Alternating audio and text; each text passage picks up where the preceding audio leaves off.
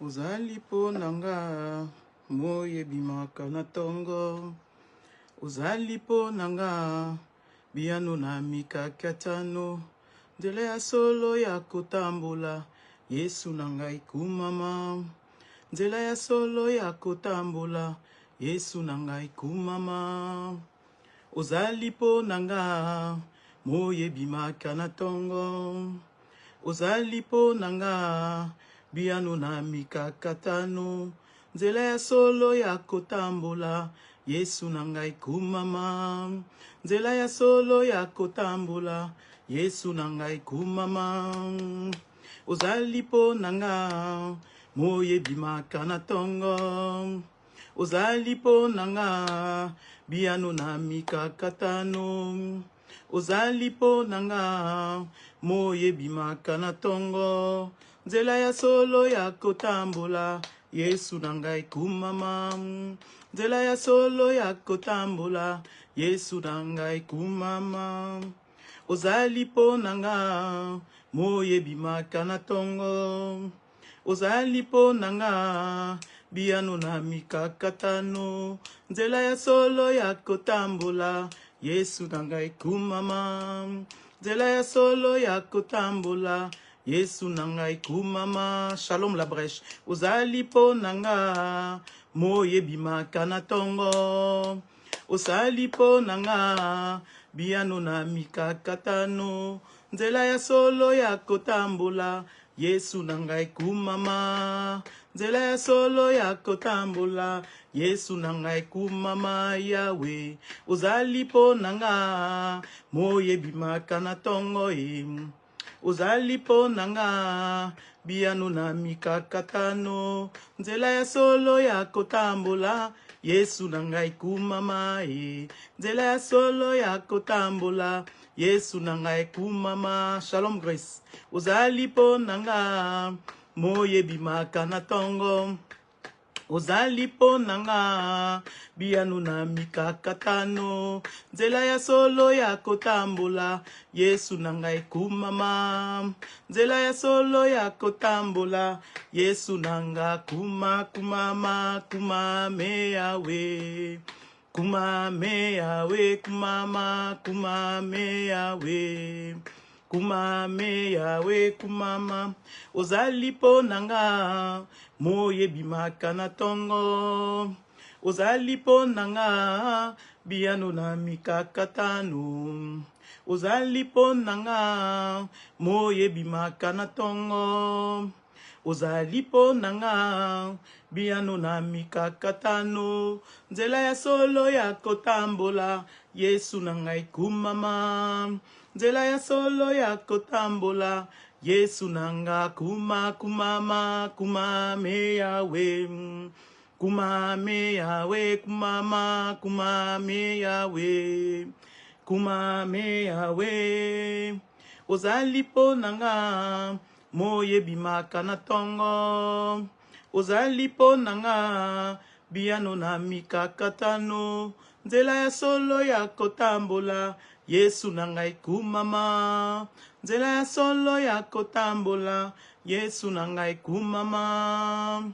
Uzali po nanga moye bimaka na tongo.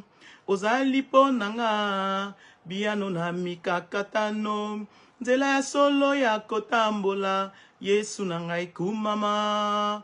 Nzela ya solo ya kotambola Yesu nanga kumama kumame Yahweh.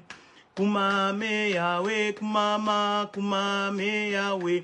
Shalom la brèche, shalom la brèche. Nde tozoye mbana tongwa lelo na lendi bilomba lelo.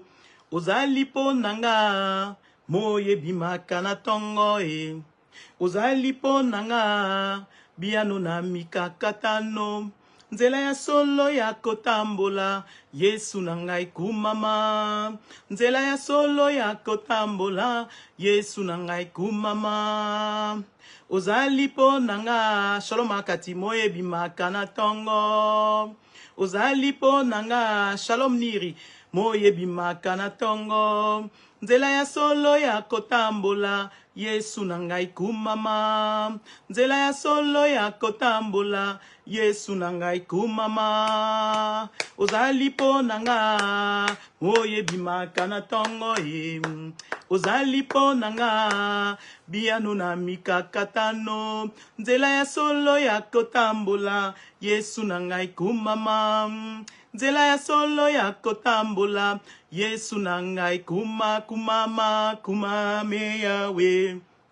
Kumame Yawe, kumame Yawe. Kumame Yawe. Shalom les Bilombe, ça démarre avec Lendi Bilombe, ça démarre avec la brèche. Ozali po nanga, moye bimaka na tongo. Ozali po nanga, biano na mikakatano. Nzela ya solo ya kotambola, Yesu na ngai kumama. Nzela ya solo ya kotambola, Yesu na ngai kumama, kumame Yawe.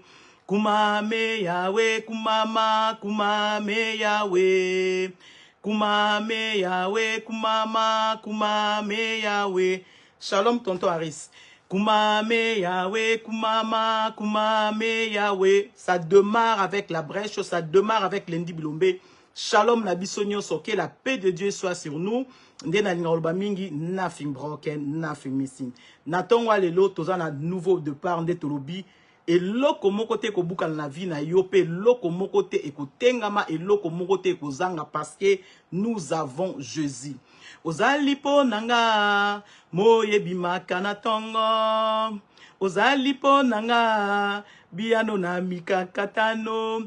Nzela ya solo ya kotambola, Yesu na ngai kumama. Nzela ya solo ya kotambola, Yesu na nga kumama, kumame Yawe. Kumame Yawe, kumame Yawe. Ndena manakoloba, ça démarre avec Lendi Bilombe, ça démarre avec la brèche, ça démarre avec Jésus, ça démarre avec nouveau départ. Tozana mwana biso ya septembre otolobi nouveau départ. Nzambe otosambelaka aza nzambe na bomoi, ayeli biso tema kitoko, ayeli biso tema malamu na mwana biso ya septembre tolobi nouveau départ. Nyonso ya sika ebandi kobanda, nyonso ya sika ezo matakaka, makamu nyonso ezo koma ya sika. Pourquoi? Parce que Nzambe azali pona yo biano na mikakatano. Pourquoi? Parce que Nzambe azali pona yo biano na mikakatano nyonso ya ona zoemba. Ozali pona nga moye bimaka na tongo. Ozali po nanga biano na mikakatano. Nzela ya solo ya kotambola, Yesu na ngai kumama. Nzela ya solo ya kotambola, Yesu na nga kumame Yawe. Kumame Yawe, kumame Yawe. Shalom papa Eli. Tozo kendo bandamate na biso le tolobi Nzambe azapo na biso moi oyebimaka na tongo. Ezapo agengisa ngana yo, ezapo angengisa biso na kata la brèche na tongo alini tolobi, ça démarre avec Jésus, ça démarre avec Lendi Bilombe, ça démarre avec la brèche, nothing broken, nothing missing. Et loko morote ko bukana, et loko morote ko tengama parce que Yesu oyo ndimela azana bomoi. Azapo na yo moi ebimaka na tongo, nde tolobi l'étoile brillante du matin, azali moi oyo abimi pona kongengisa yo. Pona kongengisanga na kati ya mwana biso ya nouveau départ otolobi septembre. Nzambe azana bomoi akongengisa yo aongengisanga. Tem nanga na ye nango ya mwana biso na lobi ezali l'homme a beaucoup de nouveaux départs dans sa vie.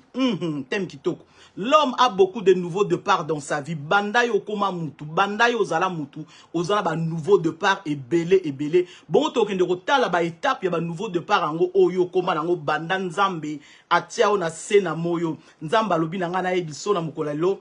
L'homme a beaucoup de nouveaux départs dans sa vie. Ozana ba nouveau départ ebele. Banda obotamati lelo komi boy. Ozana ba nouveau départ ebele. Nete otala toyebi pourquoi nazoloba. L'homme a beaucoup de nouveaux départs dans sa vie parce que Ozaki na libumwa mama nao ezaki nouveau départ. Tango bimi na mokili nouveau départ. Tolobi to bandango vraiment bien to buka bukango to barato break ango dans de 0 à 3 mois nouveau départ pour Nayo. De 3 à 6 mois, nouveau départ ezalaki. De 6 à 9 mois, ezalaki sous nouveau départ pour Nayo. De 9 à 12 mois, ezalaki sous nouveau départ. Yango nazo yemba ozali po nanga moi ebimaka na tongo. Ozali po nanga biyano na mikakatano. Soki totali betapo anyoso bando zaki na libumu. Na ajo komi nango lelo, nzamba selo ba nouveau départ ebele pe ba nouveau départ ezo continuer. Pourquoi? Parce qu'alingara yo, parce qu'alingara yango alobi, l'homme dans sa vie a beaucoup de nouveaux départs. Ba nouveau départ ezali ebele. Bon to rotala na kata Bible, batuni nyango bazaki na ba nouveau départ ebele na ba vie na bango, pe makamuni ni nzambe asalela ki bango. Na tangi wana kaka nouveau départ de 0 à 12 mois, to soki ne rotala nouveau départ mususu tango bandaki biso na anglais to bra nursery, to bango maternelle na français.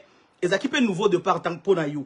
Tant au continue primaire, au biso d'anglais to bara primary, ezaki sous nouveau départ pour na yo. Tant au continue secondary, ezaki sous nouveau départ pour na yo. Tant au continue université, nouveau départ et pe tango au bandi ko sala eza nouveau départ. Yana zolo ba, l'homme a beaucoup de nouveaux départs dans sa vie. Tant au paye au bali ou bien au bala. Et ça sous nouveau départ pour Nayo. Pour ma cambo, on va temps aux la première primaire, bien la deuxième et aux ala ngote au bana temps au sala temps au bana musala. Mutu pe oya bali, et ça sous nouveau départ pour Naye. Pe mutu oyo a commis na bana, et ça sous nouveau départ pour Naye. Yango na lobby, l'homme a beaucoup de nouveaux départs dans sa vie. Banda ozala bébé, banda ozala katalibumu mama. Tilelo, ba nouveau départ, na ba nouveau départ. Pourquoi ça m'appelle ça ba nouveau départ? Parce que à lingio te otikala stagnant, otikala place morote, yango appelle ça ba nouveau départ na vie. Yango na nazo encourager ndeko mobali moko, ndeko mwasi moko na tongwa lelo, koloba na ok. Nzambe lokola zo peso ba nouveau départ donc et silina nuna yote yango na lobi. L'homme a beaucoup de nouveaux départs dans sa vie. Ozali po nanga moye bimaka na tongo. Ozali po nanga biano na mikakatano. Nzela ya solo ya kotambola. Yesu nangai kumama kumame yawe. Kumame yawe. Lertir na biso ya liboso tozo kende kotala na ndeko na kombo ya Joseph. Joseph azaki na ba nouveau départ et belé na vie na ye nde to ta explication ni bandeli moi la botami akola azwa musala abala ezalaki ba nouveau départ na soki ne kofungola na Genèse 37 2 à 3 Genèse 37 2 à 3 tolobi to tanga liboso li solo Joseph et puis to kotala masolo ya batu mususu pe bango pe bazalaki na ba nouveau départ na vie na bango mais na sepela ki to ba na lisolo ya Joseph parce que Joseph azaki to bengango breakdown ba nouveau départ ebele ndenge to énumérer yango nazo tanga verset na biso ya liboso nde na lobi na Genèse 37 2 à 3 na tangi na komo na Yesu masi ya Bible lobi nanga awa. Voici la postérité de Jacob. Joseph âgé de 17 ans faisait paître le troupeau avec ses frères.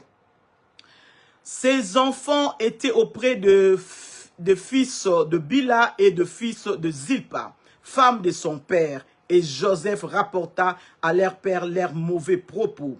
Israël aima Joseph plus que tous ses fils parce qu'il avait eu dans sa vieillesse. Il lui fit une tunique de plusieurs couleurs.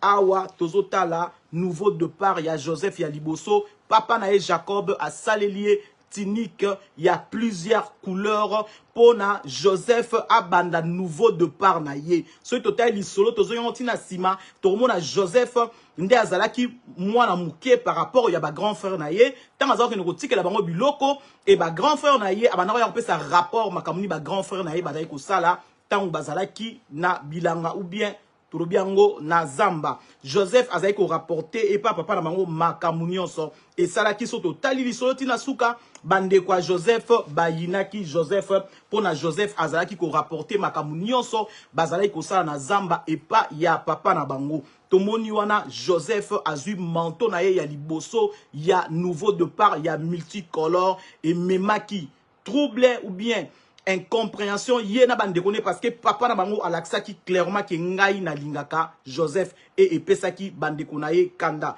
nde tolobi manteau ya liboso ya Joseph ezaki manteau ya multicolore tozo ke de ko continuer na liso na biso toromona Joseph a kozwa deuxième manteau nde tolobi l'homme dans sa vie a beaucoup de nouveaux départs nzambe absali na nzela papa na Jacob azwa manteau ya multicolore nde manteau na multicolore et botela ki ba problème et na suka nango tokomona Joseph akiko kota ti na prison et suka na prison te mais nzambe lokola lobi que l'homme a beaucoup de nouveaux départs dans sa vie et ça là que Joseph alongwa na manteau ya multicolore akota na ndaku ya Potifar alata manteau mususu otolobi manteau na kati ya ndaku ya Potifar nde tozola saka ke l'homme a beaucoup de nouveaux départs dans sa vie. Ce qui Joseph bande konae, ba ina ki ete, ba boma ete, ba teka ete, akoma et pas Potifar te, alinga ki azwa manteau na yanda kwa Potifar te. Nazo ki ne continue li solo,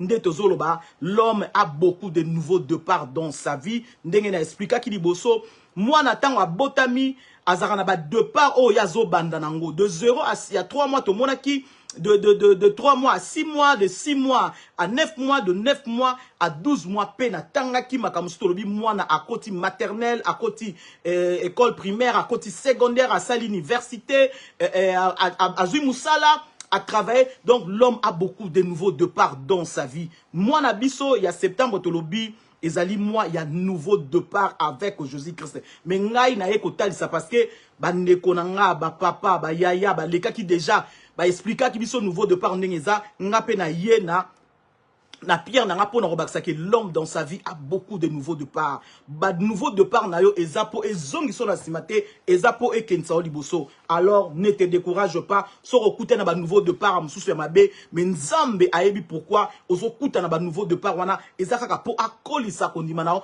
ezaka po amema musika. Pour ce que na makambo yo kute na ngwana te moyen pe okola na bonzambe ekozala te moyen pe ozo maturité ekozala te yangwana nzambe azo permettre okuta na ba sorti ya ba nouveau départ wana okuta na makambo zo kuta na ngwana po okoma na ngambu o nzambe alingi yo okoma na kozwa exemple ya ba athlète so razo kima tolobi 100 mètres ou bien 200 mètres hein ba tiaka bango ba lignera bango peut-être 5 personnes bien 8 personnes. Moutou oyo azu nouveau départ a rokendete a rozala disqualifié. Moussousou ba disqualifié kaimba la moko, moussousou après 2 fois ne ba disqualifié moutou. Mais ce qui moutou azu ne départ ya malam a okima bien pe akoma na suka akozwa. Soit à Robi ma premier, deuxième, troisième, les autres départs n'endenge yé akimeli. Yango na lobby, l'homme a beaucoup de nouveaux départs dans sa vie. Donc les autres dépendre n'endenge yo au télémeli po okimela.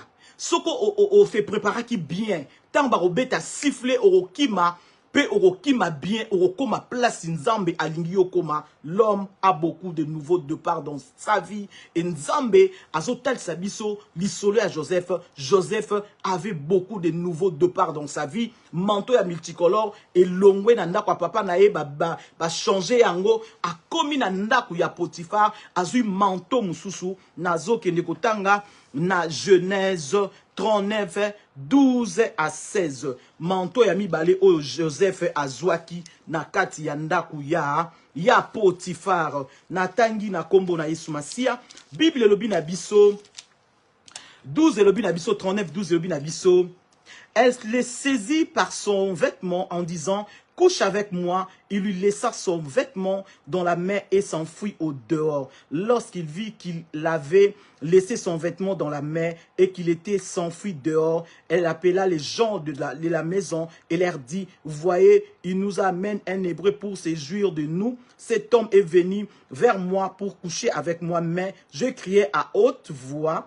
Et quand il a entendu que j'ai levé la voix et que je criais, il a laissé son vêtement à côté de moi et s'enfuit dehors. » Et elle déposa le vêtement de Joseph à côté d'elle. Na sukiwana, pour na olabana bisoka ke Joseph yeba papa na ye, azaki na manteau mususu ya multicolore, tanga komi pa Potifar, azui manteau mususu.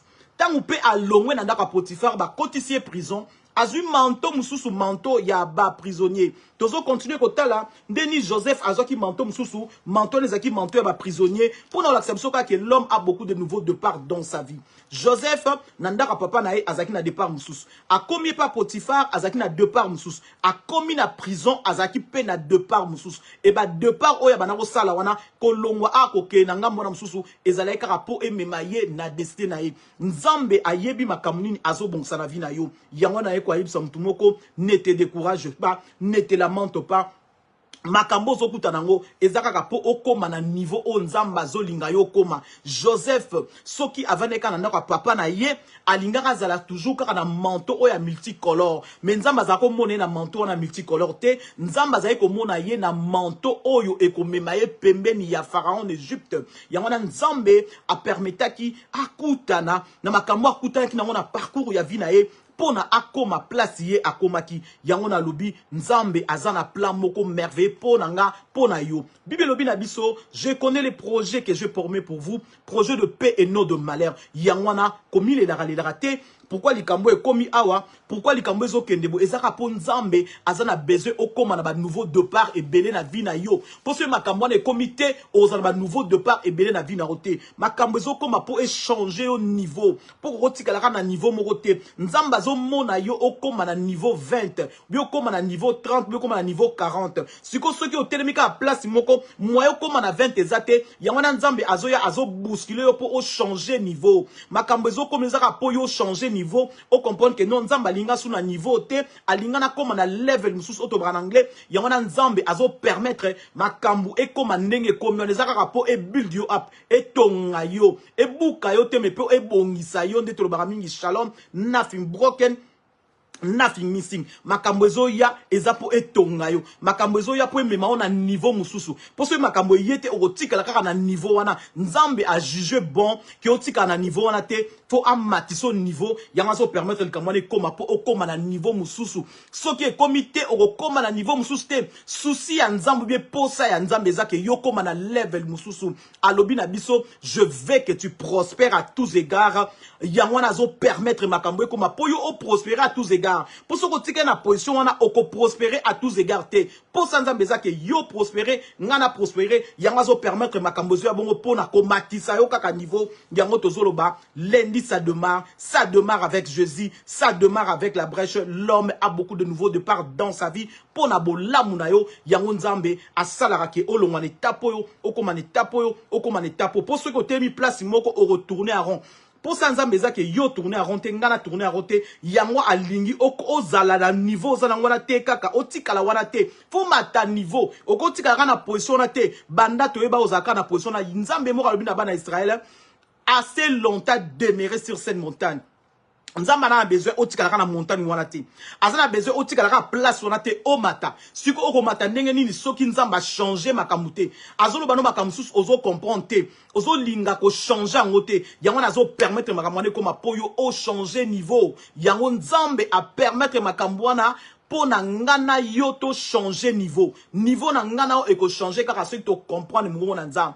As long as to comprendre mungu na nzambe te, moyen niveau ya ngana yo e changer te. Mais pour ça nzambe zake, niveau na yo changer, niveau na yo changer, yangwana azo permettre makambo na po yo koma na de part mususu ndenge a permetaki makambo na vie ya Joseph. Totali Joseph a longwe na ndako Potiphar a koti na prison nazo ke negotanga portion écriture mususu ezaka na Genèse 39 wanezana 20 à 22 le même Joseph a longwe na manteau ya Potiphar a longwe na manteau ya Potiphar a commis na manteau ya prisonnier et tout le monde a sous le même Joseph a kolongo la manteau ya prisonnier alors que ne kolata manteau ya gloire na palais royal nazo ke ne kotanga na Genèse 39 20 à 22 na tangi na kombo na Yesu Masia Bible lobi na biso Shandaraba Yakarabasia. Ça démarre avec la brèche, ça démarre avec Jésus. L'homme a beaucoup de nouveaux départs dans sa vie. Comprendre que Nzambe azo longo na position C, azo matso na position likolo, yango zo mona. Mais pourquoi likambo esali bongo po nzamba azo mona yo, ozo demere mingi place wana, yanga permettre likambo wana esala nengwana, po yo longo na position na okoma na niveau mususu. Po soki nzambe atika kaka Joseph, avant na papa na ye, papa na linga bana toujours kolengela lengele parce que amonaki azaki le gène par rapport ya ba grand frère na ye, nzamba azaki komona ke Joseph il faut akola. Na maboko papa na Joseph alinga akola te. Na maboko papa na Joseph alinga ko mature te. Po na Joseph akoma mature, nzambe a permetaki alongo na maboko papa na ye, alongo na maboko Potiphar parce que Potiphar pe akoma ko lengela Joseph quelque part. Joseph amonaki na naza à l'aise, naza bien, nzamba permettre que alongo na place bazo lengela ye, akene na prison comme ça zo maturité pour na ayeba kolimbola na ndoto ya panetier alimbola ndoto ya chanson et bon akene kolimbola ndoto ya pharaon pour akoma nzambe nzamba mema place wa lingi amema ye yangwana nzambe azo permettre au changer ka betape wana po yo moko ozolingaka kotika na montagne wana nzamba lobi na ngana yebisa o lelo assez longtemps demeurer sur cette montagne. Tu dois bouger. Soro lingo mona nouveau départ na yo. Makamunza mazolo bano ezane po yo bouger. Mais le kola yo zo lingo bouger te yangona nzambe azo reforcer ba nouveau départ na vie na yo po yo o bouger neto lobi. L'homme a beaucoup de nouveaux départs dans sa vie parce que nzamba zo mona ke ozo bouger te, ozo demeurer wana, aligno wana te, aligno changer niveau. Le kola zo linga changer di mote yende azo ko changer niveau na makasi. To mona pe ba disciple nzamba yebsi bango bokende bo vanda na kitila bino nguya. Nguye kiti bavanika place moko nzamba permetaki persécution et comme la bango po ba panzana. Po so ba panzana ki te Philippe alingaki no kuta ni Éthiopien te. Et ni Éthiopien alingaki abika te. Il fallait que nzamba panza bango po na Philippe akene ko kuta na ni Éthiopien ate ya esango malamu abatize po ni Éthiopien pe vina ye échanger yango na zoloba na lendi bilombe alelo. L'homme a beaucoup de nouveaux départs dans sa vie. Et ça pour na bolamu na yo pour nzambe alingi otika la place mon côté. Nzambe alingi o changer niveau. Yango azo permettre aux anaba nouveau départ et belé neto zo vandeli lisolo. Gande konabiso Joseph nazo tanga. Départ msusu ya Joseph on a na Genèse 39 20 à 22. Na tangi na kombo na Yesu Masia Bible lobi na biso awa. Il prit Joseph et le mit dans la prison, dans le lieu où les prisonniers du roi étaient enfermés. Il lui fit là en prison. L'Éternel fit avec Joseph et il étendit sur lui sa bonté. Il le mit en faveur aux yeux du chef de la prison. 22 le chef de la prison plaça sous sa surveillance tous les prisonniers qui étaient dans la maison et rien ne s'y faisait que par lui. Nzambe alongo lié manteau ya pot et nanda kwa Potiphar a memie na kata prison et chef ya prison a pesi sous bokonzi likolo ya ba prisonnier nyoso nde Bible bina biso awa likambu moko te e bandai ko salama na kata prison ça que Joseph a coordonné ango nde tozomona na kati ya lendi blomé coordinatrice na biso zali Mama Kati. Joseph pe kuna na prison azali ko coordonner makamunyo surtout ya ba prisonnier ba pesa ki bokonzi donc to moni alongwe manteau ya multicolore et papa na e akena manteau ya Potiphar na ndako Potiphar et nzamba moneke Joseph atikala wana te a matisie sous niveau a cotisie na kata prison pour aye ko la ndenge nini ya ko diriger lisusu bien na kata prison pour nzamba yeba ke akokota na ndaku ya roi yango na zolo bana biso na après-midi na lelo bien na tongo ya lelo l'homme a beaucoup de nouveaux départs dans sa vie. Nzambe alingi otika la place mokote, nzambe alingi o mata niveau, nzambe alingi ngana mata niveau yango azo permettre o longwa na ba place ozana a changer yo pour azo mona yo na ate, azo mona yo na y, nzambe azo mona yo na bt, nzambe azo mona yo na z. Tango zo vanda kaka na c, ezo sepelisa nzambe te. Yango na yemoko nzambe azo ya ko tinda makambu pour na yo longo longwa Y okoma na Z. Posa nzambe ezake yo koma musika. Posa nzambe ezake yo évoluer ngana évoluer et yango azo permettre makambu oyo ekoma na vie na yo pona o mata niveau. Poso ko tika liwana niveau na yo ekozala niveau ya C. Posa nzambe ezake niveau ya ngai na yo ezala niveau ya C te. Nzamba memi Joseph na kati ya prison alongolie lisusu na kati ya prison amemie na manteau ya suka otulubi manteau ya gloire. Manteau ya kokene na kati ya ndaku ya Pharaon. Pourquoi nzamba sali on peut que Joseph so katika lika na ndaka Potiphar aotika la kaka wana bien kazana ba avantage ebele mais posa nzamba za que Joseph azala likolo a régner likolo ya bandeko na ye na kati ya ndaku ya Potiphar alingaki a régner likolo ya bandeko na ye te na kati ya prison Joseph alingaki a régner likolo ya bandeko na ye te yango na nzambe a permettre ki Joseph akoma na ndaku ya Potiphar akoma pona azwa gloire wana a régner likolo bandeko na ye par rapport ya ndoto o Joseph a lotaka tangu azaki na kati ya ndaku ya papa na ye yango na nzamba zolo banangana yo ne te décourage pas ba problème wana o ezo s'en suivre ezaka po nzambe azo mona ke ozo comprendre ngana zo comprendre yango na nzamba zo permettre ya pour échanger senga niveau, échanger senga façon na komona makam, échanger senga façon na ya prier, échanger senga façon na ya mona lobby. Nzamba zo mona ngana zo mona ka lelo, nzamba zo mona ngana mona ka présent, mais nzamba lingi ngana yo to mona futur.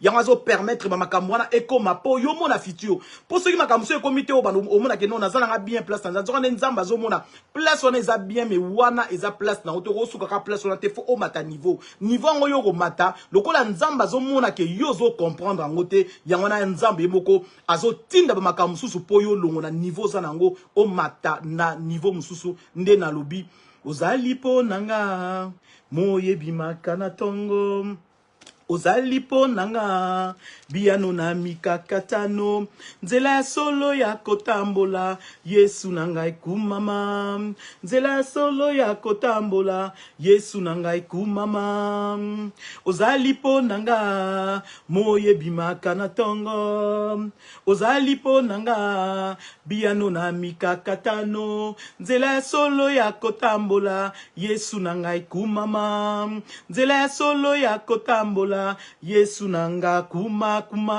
kumame yawe kumame yawe tozo kene kotala lisolo mususu ya mona ke Joseph alonge na kati ya prison nzambe amemie epai ya Pharaon pona akomisa e place oya lingaki akoma soki nzamba za na besoin amemo place moko boy yozo comprendre te obando mona neti makambo ezo simba te na vino parce que nzamba zo mona ke otika na niveau ya CT o mata niveau nde tolobaki l'homme a beaucoup de nouveaux départs dans sa vie soko zo comprendre te nzamba robanda ko brisquer lo makambo poyo o mata niveau po sa nzamba ezake niveau na yo mata lokola yozo comprendre te yangona nzamba zo permettre makambo wana ekoma pona niveau na yo e mata nzambe alobi na yo nouveau départ ezapo na yo nouveau départ ezapo nga alingi yo omona ndenge mususu komona ate nzamba za na besoin omona ka ate nzamba za na besoin yo omona y nzamba za na besoin yo omona z aussi longtemps au demeurer place moko makambo bana retourner à rond nzamba lobi aussi longtemps demeurer sur cette montagne naza na besoin bo bouger bo rotika la place on ate faut boke na ngambo na mususu boke de ka so bo telemi amoni ovandi wana mingi yango lobi na yo a forcer le nouveau départ pour ça on a besoin aux alakara na place wana te nde na lobi tem nanga l'homme a beaucoup de nouveaux départs dans sa vie le Dieu que tu sers azan nzambe na bomoi nzambo yo salilak nzambo yo lukak azan nzamba vie azan nzamba changement azan nzamba gloire azan nzambe ya nouveau départ alingio otika la place wana te alobi na ngana yebiso na mukola lelo assez longtemps demeurer sur cette montagne azan a besoin au changer niveau azan a besoin au comme na level mususu level la mususu kwa yozo comprendre te faut comme ngo ya wana nzambe azo lukela ba problème po yo longwa wana nde na lobaki ne bandeli soki trouble et comme la qui baba na boma e baba disciple te baba apôtre Jacques te ne tolobin de kola so Philippe alingaki akende ko kutana na unique Éthiopie te faika ba panzana mutna mutakene na ngamu na ye po ba kutana makambo ba kutana nango ba vanda ki place moko c'était bien mais nzamba alingaki liloba na nzambe e panzana yango na nzamba permetaki makambo comme la bango po ba kena bangambo ba kene ko na ba kene ko kutana makambo ba kutana nango nzamba lobi tu as besoin de traits connecté avec Yé. Cause la distraité. Tant oyo, ils attendent, il y a distraction té. Shalom mamatina. Tant oyo, ils attendent, il y a distraction té. Musna yo. Fixé en vers Nzambe, au mona makamuni Nzambe arosala pona yo, parce que Nzambe malamu pona yo, parce que Nzambe malamu pona nga, alingi mabe komelanga te, alingi mabe komela yo te, alingi yo au comprendre que l'homme a beaucoup de nouveaux départs dans sa vie. Ba nouveau départ mususu yondo ozo salango mais mususu le temps lisola Joseph Nzambe mutu azo permettre pour Joseph alongo na niveau C akoma na niveau likolo pour ce Nzambe permettre ngote Joseph a rotika la na place wana Nzamba lingito otika la na place wana assez longtemps demeurer sur cette montagne. Tu dois monter, tu dois être élevé. Tu dois être élevé car à ceux qui au comprendre, as long ayo au comprendre te, Nzambe a renforcé yo o longona se o koma likolo, yango Nzambe azo permettre makamwane koma pona yo ozo ba nouveau de part na vie na yo et nazo ndima le Dieu que tu sers et nazo ndima le Dieu que nous servons, aza Dieu moko vivant, aza Nzambe na bomoy, aza les papas les plus responsables, akobongo la makamna pona bolamu na yo, tomoni awa tokolo bakia ezaki mawa, Joseph vraiment banderone bateki non, ezaki mawa, mais ezaki pe bien pona Joseph. Pour ce Joseph a négocié bateka été alinga comme papa Potiphar te alinga ko na prison te pe alinga ki akoma na ndaku ya pharaon te alinga ki azwa bokundi te Nzambe a permettre ki yango pour Joseph akoma na niveau wana pour na nzela na Joseph famille na ye ko biksama famille na ye kaka te Égypte mu ko biksama Égypte kaka te mokili mu pourquoi parce que na nzela Joseph tangu a interprété ki songe ya pharaon makambu o ya lobaki e biksaki Bamboka et belé au bazaki tout autour na bango parce que famine et kotaki place bango bazaki yango nazoloba l'homme a beaucoup de nouveaux départs dans sa vie. Nzambe ayebio, Nzambe ayebinga, lokola yo zolinga ko bouger te, yango azo bousculer yo pona yo o changer niveau. Et Nzambe o ya changer sarabatu ba niveau, azo ke ne ko changer au niveau, azo ke ne ko changer nga niveau, eza pona bolamu nanga pe pona bolamu na yo, Nzambe aza Nzambe malamu. Ozali pona nga, moye bimaka na tongo. Ozali po nanga biano na mikakatano nzela ya solo ya kotambola Yesu nanga ikumama nzela ya solo ya kotambola Yesu nanga kumama kumame yawe kumame yawe kumame yawe yawe azali po na yo moye bimaka na tongo azali po na yo biano na mikakatano et akopesa o kaka solution na ba problème oyo zanango parce que azali moi azobima na tongo pona kongengisa yo pona kongengisa nga pona kongengisa libota na yo pona kongengisa famille na yo yango na Nzamba lobi azana besoin yo otalela ye. Ne te décourage pas. Likambona ilimsa ote, likambona ilimsa ngate e kozwa ma solution parce que Nzambe yende mutu asala ba nouveau départ na ba vie ya batu. Nzambe oya chaka kimi na bomo na mutu nde aye na mutongo lelo bien na ba après-midi lelo bien na poko lelo batu musu zo dépendre place ni ozo kelanga Nzambe wana aomemela o kimia aza déjà kimia nde na lobaka mingi shalom nafim broke nafim missing eloko morote ko bukan eloko morote ko zanga na vina parce que Nzambe à sa présent il est vivant. Ozali po nanga moye bimaka na tongo ozali po nanga biano na mikakatano nzela ya solo ya kotambola Yesu nanga ikumama nzela ya solo ya kotambola Yesu nanga kumama kumame yawe kumame yawe tozotanga lisolo ya Joseph tozoki ne ko continuer ndeni Joseph à côté ki na kati ya ndaku ya palais royal na pharaon pe miracle nini o ya zwaki na 24 hours Nzambe azan Nzambe o ya bongo la makamu na vie ya mutu azoki ne ko bongo la makamu na vie na yo yango alobi l'homme a beaucoup de nouveaux départs dans sa vie. Pourquoi tu as beaucoup de nouveaux départs? Parce que Nzambe azomona soko tikali wana okozwa départ BT. Soko tikali na A okozwa départ ya CT. Soko tikali na C okozwa départ ya YT. Azana besoin akom amona yo na Z yango azo permettre ba nouveau départ wana pona bolamu na yo pe pona bolamu ya libota na yo. Tozo continuer. Nazotanga na Genèse 41, 40 à 46. Bible lobi na biso. Genèse 41, 40 à 46. Bible lobi. Rebo chakraba drebo. Je t'établirai sur ma maison et tout mon peuple obéira à tes ordres. Les 30 sels s'élèvera au-dessous de toi. Pharaon dit à Joseph, vois, je te donne le commandement de tout le pays d'Égypte. Pharaon ôta son manteau, son anneau de la main et le mit à la main de Joseph. Il le revêtit d'habits de fin lin et lui mit un collier d'or au cou. Il les fit monter sur le char qui suivait le sien et l'on criant devant lui à genoux. C'est ainsi que Pharaon lui donna les commandements de tous les pays d'Égypte et lui dit encore Joseph, je suis Pharaon et sans toi personne ne lèvera la main ni le pied dans tous les pays d'Égypte. Nazo continue 45. Bible le binabiso. Pharaon appela Joseph du nom de Saphnéa Panéa et le lui donna pour femme Ashnat, fille de Potiphéra, prêtre d'On, et Joseph partit pour visiter le pays d'Égypte. Joseph était âgé de 30 ans lorsqu'il se présenta devant Pharaon, roi d'Égypte, et il quitta Pharaon et parcourut tous les pays d'Égypte. Nzambe azaki pona Joseph moye bimakana tongo, a salé les miracles.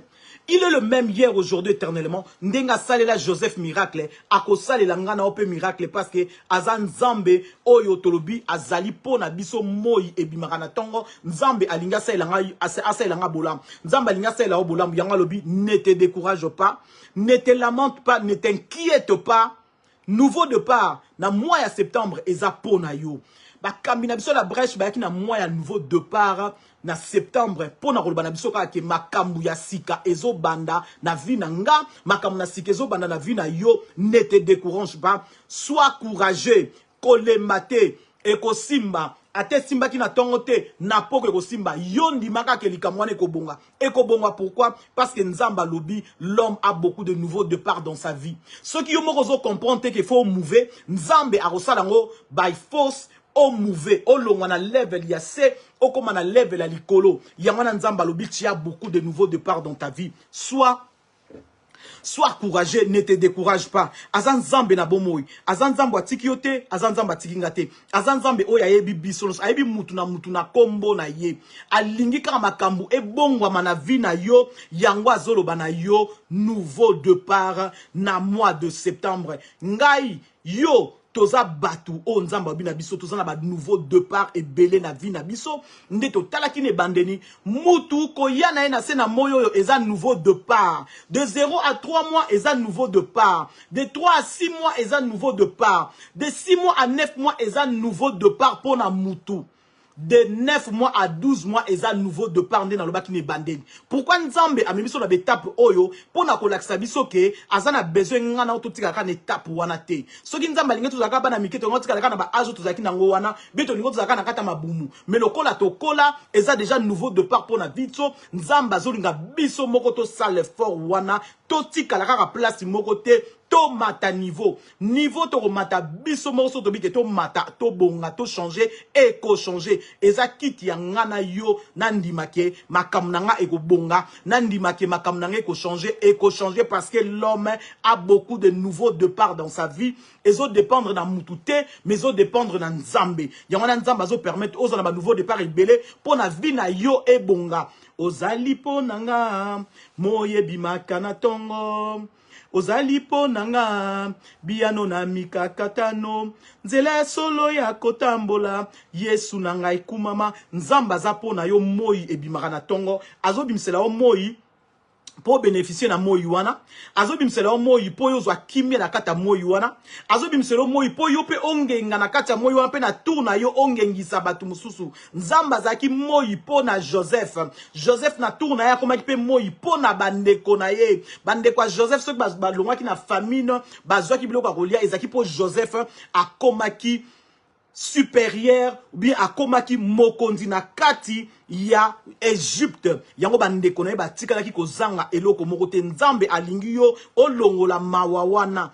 Nzamba alingi yo olongola souci o ezola tayo wana parce que alobi na nzela na yonde makambo eko changer na nzela na yonde makambo eko bonga tozo ne kotala ndeko moko na kombo ya na kombo ya Caleb alobi je suis encore vigoureux wana Caleb azoba je suis encore vigoureux akomaki déjà na 85 ans alobi ke je suis encore vigoureux Nzambe wana o alobaki na Moses ba pesa nga terrain nga Hebron ki ne ko bunda na ko gagner na ko kende abi je suis encore vigoureux wana zolo bango bongo na âge na 85 ans Nzamba alobi yo moko milobake tu es encore vigoureux Ngana loba, je suis encore vigoureuse. Yopo loba, tu es encore vigoureuse. Et pourquoi? Parce que Nzamba zana yo, yende mutoazo pe son nouveau départ. Ce qui Caleb aloba ki bongote, alingaki akende ko bunda bitumba te, alingaki pa kende ko zwa Hébron te. Azwa ki Hébron parce que monaki abike non, eza promesse on Nzamba pesenga.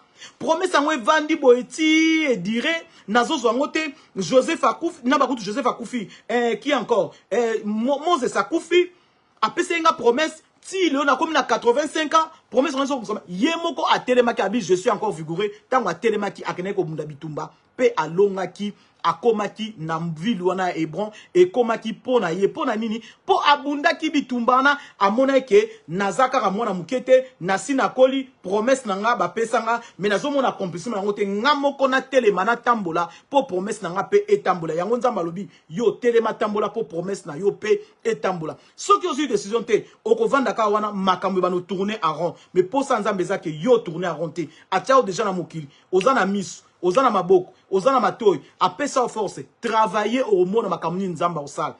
Plus tu travailleras, tu verras la gloire de Dieu. Parce que travail nyo soyo osala Nzambe akochango le boko. Ceux qui ont travaillé na OTP Nzambe moya chango le boko et kozala te. Yango Nzamba permettre na mois au ya septembre tous les cas tout partager sur nouveau départ. L'homme a beaucoup de nouveaux départs dans sa vie. Pourquoi beaucoup de nouveaux départs dans sa vie? Parce que Nzamba zo lingate ke yo tel maka na position wana. Tant azomona ke yo tel mika na position wana, azomona ko zo tourner en rond, yanga ko permettre makambo ya po yo au mata niveau. Et pour ça Nzamba zake otika na position wana te, pour ça Nzamba zake niveau na yo mata. Caleb alobi je suis encore vigoureux. Na so ke ngotanga eza na Josué 14. Josué 14 verset nango Josué 14, verset 9 à 15. Kaloba Zoloba, je suis encore vigoureux. Nzambe wana oya sala ke Caleb azala encore vigoureux. Il est le même hier, aujourd'hui, éternellement. Yope loba que je suis encore vigoureuse. Nako gagné, nako bunda bituma, nako longango, na olembate. Atana monyango le simbate, mais ngana ko continuer. Pourquoi? Parce que Nzambe, il n'est pas un homme pour mentir, si à promettre quelque chose. Crois-moi, et que s'accomplir no matter what. Ce qui est s'accomplir te, peut-être yo moko koma ki découragé. Awa Caleb alobilini, ngana zana nu makasi ngana rokende pona zo atotanga ngo poto pona meilleure compréhension. Nazotanga na Josué 14 9 à 15. Bible bina biso et ces jours-là Moïse gira en disant les pays ton pied a foulé sera ton héritage à perpétuité pour toi et pour tes enfants parce que tu as pleinement suivi la voie de l'Éternel, mon Dieu. Maintenant, voici l'Éternel m'a fait vivre, hein, comme il a dit, il y a 45 ans que l'Éternel parla ainsi à Moïse lorsqu'il marchait dans le désert. Et maintenant, voici, je suis âgé de 85 ans. Tant Nzambe a pesaki Caleb, Toloba, ville Tolobia Hébron, Caleb a 45 ans. Mais tant Azoya ko réclamé a commis déjà na 85 ans. Nani mouta perdre du temps. Ezaki Nzambe? Non. Ezaki Caleb. Parce que Nzambe a yebisaki déjà que to pesio ville oy. Yo kende conquérir en oppose wango. Caleb a vandi Alexis 40 ans mubimba bongo. Et na 40 ans oya Alexaki a perdra qui temps. Tant Azoya le baké je suis encore vigoureux après 40 ans. Yem tazaki na 45 ans. Tant ba pesa ki promesse yango nazo yebisanga na yo ba promesse mususu ezo tarder pona ko s'accomplir eza pona ngamo na vandi soki ngana telemi makambu ekotelema pour ça Nzambe ezake yo telema parce que Nzambe azo la biso nouveau départ pona biso to telema poto s'encourager tozo le kakote ya balendi ngana te na tongo eza ndeko mso ya kote na pokwa pona ko encourager toujours biso kotel sa biso ke nouveau départ ngai nde mutuna telema awa Caleb sera telema kité alinga ki azo avilo ba pesa ki était mais tant à comprendre après 40 ans a telema ikara bien ka retard a telema ki a kene pe ko bunda a récupérer ki oya evil yamona Nzamba zo encourager ngana yo to telema to lembate ko décourager te orozwango ozalango besoin orozwa ozala besoin eko simba pourquoi eko simba parce que Nzambe ne mutalobi a pesa ki yango mais alingi otika la wana te assez longtemps demeurer sur cette montagne tellement zwa décision ndenge Caleb azwaki omona makambu eko changer okomona makambu eko shifter parce que Nzambe azana yo azapona yo moye bimara na tongo azapona yo Bianona mikakatano nazo tanga na continuer à Waptolobi. Et ces jours-là, moi j'irai en disant, les pays que ton père ton pied a foulé sera ton héritage à perpétuité. Na sauté na sali lertu kangourou 11 et le binabiso awa. Je suis encore vigoureux comme au jour où Moïse m'avait envoyé. J'ai autant de force que j'en avais en avant. Caleb a déclaré, tant que Caleb a déclaré qui est ma cambouana et s'accomplira qui, Yangona Zoloba, tu es vigoureux, je suis vigoureuse, tu es vigoureuse, je suis vigoureuse. Comment on a dit que non, Ezo me la té, tu es encore vigoureuse et moi je suis encore vigoureuse, to continuer. Moi, Ezo bima pona batu nyonso, yebara likamwana Ezo sala, ate simba ki lobite me lele ko simba, lele simbite lobe ko simba, pourquoi simba? Parce que Nzambe azana yo, a lobby, l'homme a beaucoup de nouveaux départs dans ta vie. Azan a besoin de comprendre que vie na yo, ezo dépendre na yo. Nzamba tchao déjà na moyo, alingi yo telema, yo vanda te, yo découragé te, o s'encourager pour mon nouveau départ na vie na yo, ndenge Caleb a monaki, nouveau départ na vie na ye. Torotala sous li solo ande comme sous veve ya naim. Mwana na sa kufa ki deja. Mais le kola Nzambe nanu asili sa ki na mwana ya veve ya nainite. Nzambe ayaki ko la musa mwana wana. Pourquoi? Parce que maman na zaki deja veuve. Bazo benga ye veuve ya naim. Maman na zaki deja veuve. Akufi la ki mobile. Mwana so akufi Nzamba tel habite. Maman na rotike bongote. Fona memela ye nouveau départ na vi na ye. A la muse liye mwana na ye. Mwana na zondima. Ndenga la muka ki makamu ya malamu susu ekoma ki na vi ya mamana. Mamana koma na nouveau départ. Pona esengo ya si ekota ki na vi na ye mama wa koma ekolela Nzambe amemela ki esengo de pleurs à la réjouissance Nzambe alongola ki mama na kolela akoti esengo kat na ye yango na Nzambe azoloba nouveau départ wa zo peso le mois de septembre ekomeme esengo kat na yo ekolongola kolela nouveau départ o Nzambe azo pesa yo ekomema kimia kat na yo ekolongola kozanga kimia nouveau départ o Nzambe azo pesa yo ekomema élévation ekolongola ona se eko élever yo parce que Nzambe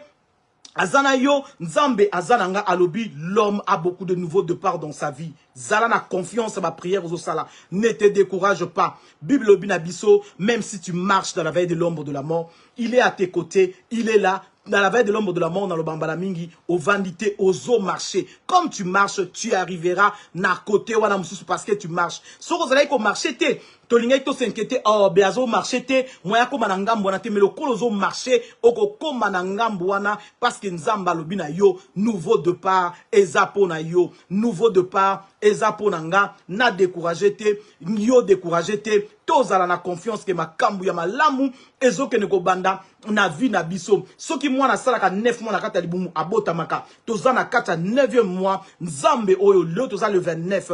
Et ko si la tete koma le 30 nzamba ko sala ke makambu ya sika e bota mana vie na yo makambu ya sika e bota mana vie na nga parce que nzamba bina biso nouveau départ en Jésus-Christ. Nouveau départ na Nzambe. Nde na lobaki ne bandeli, ça démarre avec la brèche, ça démarre avec le NW, ça démarre avec Jésus. Oyo e bukanaki et kozonga tout droit. Pourquoi? Parce que tu as un Dieu qui te donne de nouveaux départs. Azope son nouveau départ mon côté, mais azope son nouveau départ est belé pour na vie na yo ezanakimia. Le Dieu que tu sers était un Dieu qui donne de nouveaux départs dans la vie de tout et chacun de nous. Alignos en la confiance.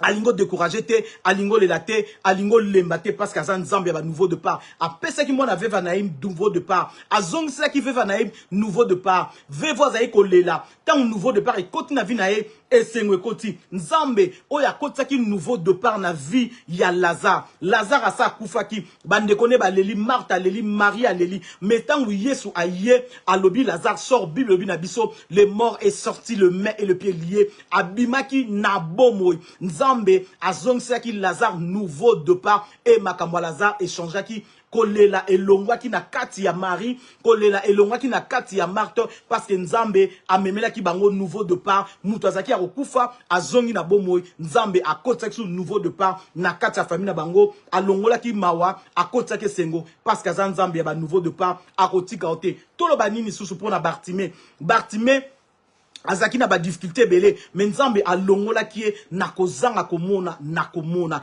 Il est le Dieu qui opère de miracles dans nos vies. Azana besoin aux la confiance nae, azana besoin au décourager parce que azoe leur ba nouveau départ. Nzambe o akota ki nouveau départ na bomo na Zaché, il est le même hier aujourd'hui éternellement. Zaché o azaki tipide abane ko yiba ba mbongo na batu mais mukolo nouveau départ et kota ki na katanda ko nouveau départ o tozolo ba Yesu Masia nde nouveau départ ya vinayo Yesu Masia nde nouveau départ ya vinanga place nyoso Yesu ayaka atika bilembo a changeaka alobi na Zaché abi Zaché aujourd'hui je demeurerai dans ta maison. Yesu a continué ndaku ya Zaché makambo Zaché échanger Zaché moka lobi natiki kipidité nanga bambonga batnazwaki nakozongi sango double azongisa ki ango double et nouveau départ et kotaki na ndaku ya Zaché nani nde nouveau départ ya vinayo Yesu Masia nouveau départ ya vinayo tangu ya kotaka nouveau départ ya vinayo a changeaka makambo nyonso nde tolobi l'homme a beaucoup de nouveaux départs dans sa vie et nouveau départ ya vinayo eza Yesu Masia lokola kaka Yesu azana ta vie na yo azo memelo ba nouveau départ ndeka même nouveau départ na vie ya Zaché azo le romema yango Zaché o bazali ko kipete bazako bazamuyibi ayiba mbongo na biso mais Yesu akoti na ndaku na ye nouveau départ ekoti na ndaku na ye échanger makamunios nouveau départ ekoti na ndaku ya veuve ya Naïn mwana na ya kufaki azongi na bomoy nouveau départ ekoti na kati ya ndaku ya Marina Marthe Lazare akufaki azongi na bomoy nouveau départ ekoti na kati ya vie ya Joseph vie échanger yango nazoloba Yesu nde nouveau départ na yo Yesu nde nouveau départ na nga lokola kaka za na kata vi na nga lokola kaka za na kata vi na yo ako changer lo makamunios nde makamone ko changer toyebi te me to yebelo komoko lokola Yesu Christ wa Nazareth tolobi Yoshua Mashia tolobi shalom nafi broke nafi missing akone ko redresser akozongisa tout droit akozongisa tout droit pe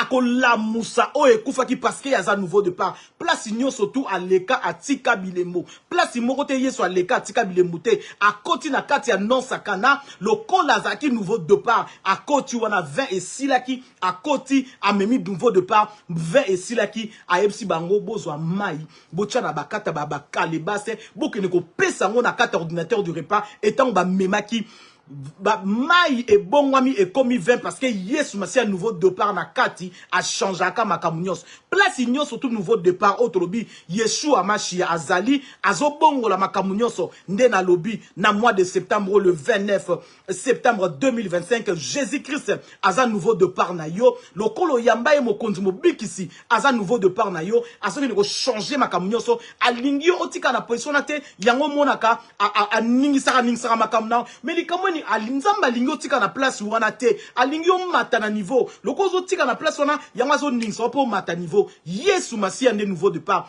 na lobil susu Yesu Masia nde nouveau départ na yo ne te décourage pas Jésus-Christ de Nazareth aza nouveau départ na yo Jésus-Christ de Nazareth aza nouveau départ nanga alobi nanga na décourager te na fixer mis na vers ye harebo chabra de compter nzamba za nzambe na bomoy nzamba za nzambe na bomoy nzamba za nzambe na nguya nzamba za nzambe ya gloire nzambe oya changea vie ya Bartimée aza nzambe na nguya amema nouveau départ na vie ya Bartimée azomema nouveau départ na vie na yo nzambe amema nouveau départ na vie ya Zaché azomema nouveau départ na vie na yo nzambe oya amema nouveau départ na vie ya Joseph azomema nouveau départ na vie na yo parce que yemoko aza nouveau départ alobi ne bandel que la lumière soit et la lumière était kaka ndenge ozomona ke lili eza partout na vie nanga nzamba lobi lokola za nouveau départ na yo tanga zoloba que la lumière soit lumière zokota molili zolonga parce que za nouveau départ pour na yo ozali po nanga moyebi makana tongo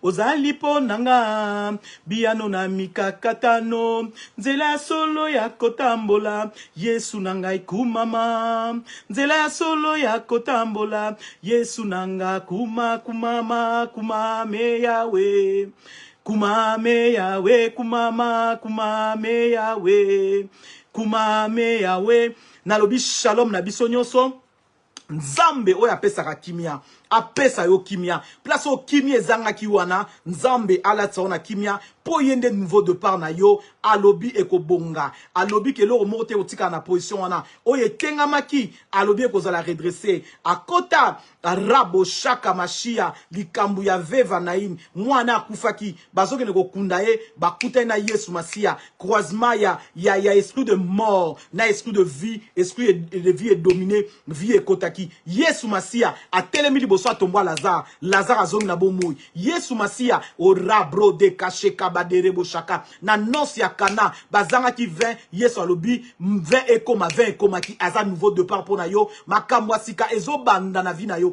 wana ozokota na octobre ya sika parce que Yesu Masia nouveau départ azana yo azananga azamoi oyebimaka na tongo pona yo azamoi oyebimaka na tongo pona nga alobi ne te décourage pas ne crains rien tout ira bien et longa ezali victoire ezali changement ezali pe kimi ezali nzambe azana bomoy to pesi nzambe merci le Dieu vivant qui a commencé avec nous, Père Sissi Nabiso Tobondeli, Nzambe na Kembo, Nzambe na Nguya, Nzamba nouveau départ, na Pessio, merci.